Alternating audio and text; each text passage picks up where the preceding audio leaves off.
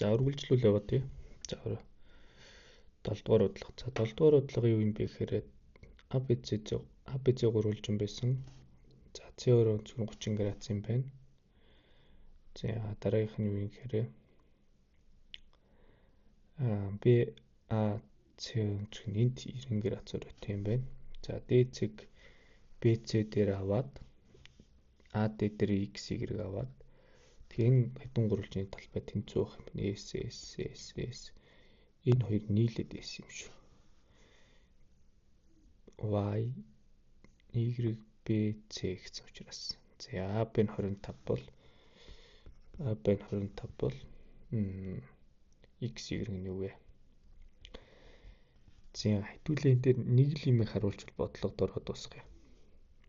За иймэрхүү энэ талбай малбайтай юм байвал энэ нэмэлт байгуулалт хийгээд үүсч байгаа эсүүдийг харуулах гоё гэдэг. За би нэг ингээд тэгш өнцөгт болгох чи гүцээ гэдэг.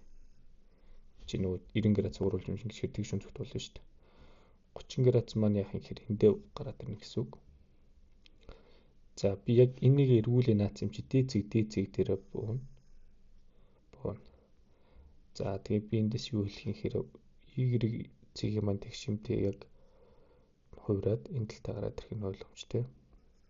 Y' гэж. За гэтэл сая энэ үүссэн гурвалжин, энэ улаан гурвалжин чинь яасан гэхээр энд байсан гурвалжин байхгүй юу? Эргүүлэлтээ тэндээ хүрээд очиж зорлохоос биш. Тэгээ миний хэлэх гэдэг нь юу юм бэхээр энэ хоёрын нийлбэр чи S шүү дээ тэгвэл. Тэр энэ гурван урт тэнцүү болчих жоох байхгүй юу? X, Y гэдэг гурван урт. За бүр ярих юм бол за энэ тэр нэг юм гарах хэрэгтэй. Энэ S юм чинь энэ уг нь D-цэг энэ AX энэ цэгийг би юу гэдэг A' гэж. Энэ гурван энэ D шүү. Энэ гурван цэг нэг шулуун дээр байгаа гэдгийг эндээс бэр нь харуулж байгаа. Энэ гурван талбай тэнцүү гэдгээс. Өөрөөр бас төхөө зөндөө харуулахаар харагдаад энд 90 градус суугаад эндээс иш 90 градус суугаад тэгээд талбайнууд нь тэнцүү гэдгээс өндрүүд нь тэнцүү, суурьуд нь тэнцүү гэдгээс хэлж болж байна. Тэгэхээр эндээс одоо ер нь юу болох гэдэг юм бэхээр манай D-цэгийн B-цэгийн midpoint нь болчих жоох байхгүй юу? Дундад цэг нь. За дундад цэг нь болцсон юм бол одоо ер нь тэг бодлоо ер нь дуусгах. Бүр энэ X штрикэн дээр авахаар ийм 5 тэнцүү урт болж байгаа байхгүй юу?